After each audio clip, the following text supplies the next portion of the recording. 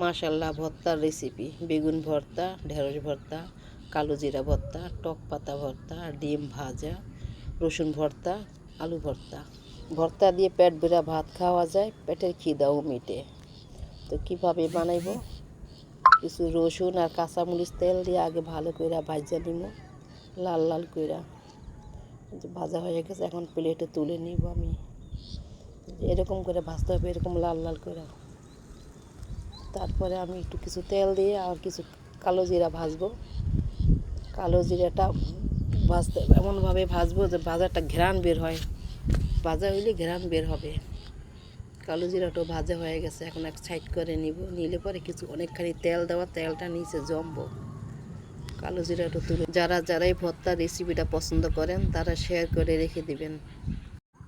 এভাবে ভর্তা দিয়া পোলাও, বিরিয়ানি, খিচুড়ি এগুলি খাইতে আরও বেশি মজা লাগে। সাথে গরুর গোশতের ঝোল আরও বেশি মজা লাগে। ভর্তার রেসিপি কারো কাছে ভালো লাগলে লাইক, কমেন্ট, শেয়ার করবেন। আরও বেশি করে রেসিপি যেন দিতে পারি আমি। আজকে অনেক কিছু ভর্তা বানাবো। কালো জিরা উঠাইয়া তারপরে ভেন্ডি ভাজবো। ভেন্ডি দিয়ে দিলাম, আগে কাইটা ধুইয়া নিছি। এখন একটু হালকা তেল দিয়ে এটাকে আবার ঢাইকা দিব। না ঢাকলে নরম হবে না, ঢাইকা দিলে তাড়াতাড়ি করে নরম হবে, সিদ্ধও হবে। ভেন্ডিটা ভাজা হয়ে গেছে, এখন আমি বেগুন ভাজবো। আজকে বেগুন ভর্তাও বানাবো। এক এক করে বেগুন সব দিয়ে দিতেছি আমি। এই বেগুনগুলি সব আমার গাছের বেগুন। বেগুনও ঢেকে দিছি, বেগুন ভাজাও হয়ে গেছে। এখন এক এক করে সব ভর্তা বানাই নিব। আগে রসুন ভর্তাটা বানাবো। রসুন ভর্তার ভিতরে কিছু সরষা দিব, লাল সরষা আর সাদা সরষা মিলাইয়া দিব।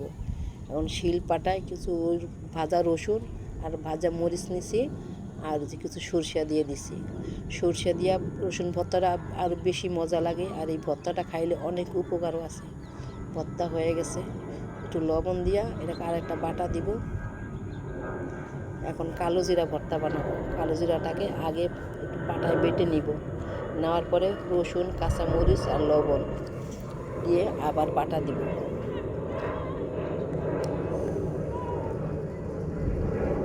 কালো জিরা ভর্তা মনটা ভইরা দিতেছে, এত ঘেরান। এখন ভেন্ডি ভর্তা বানাবো, তারপরে বেগুন ভর্তা। এক এক করে সব ভর্তা আমার বানানো হয়ে গেছে। মাশাল্লাহ, কত রকমের ভর্তা দেখলে মন জুড়ায় যায়। ঢেঁড়স ভর্তা, কালো জিরা, ডিম ভাজা, রসুন ভর্তা, বেগুন ভর্তা। ভর্তা দিয়ে পেট ভরে ভাত খাওয়া যায়, আর কিছু লাগে না। আল্লাহ হাফেজ।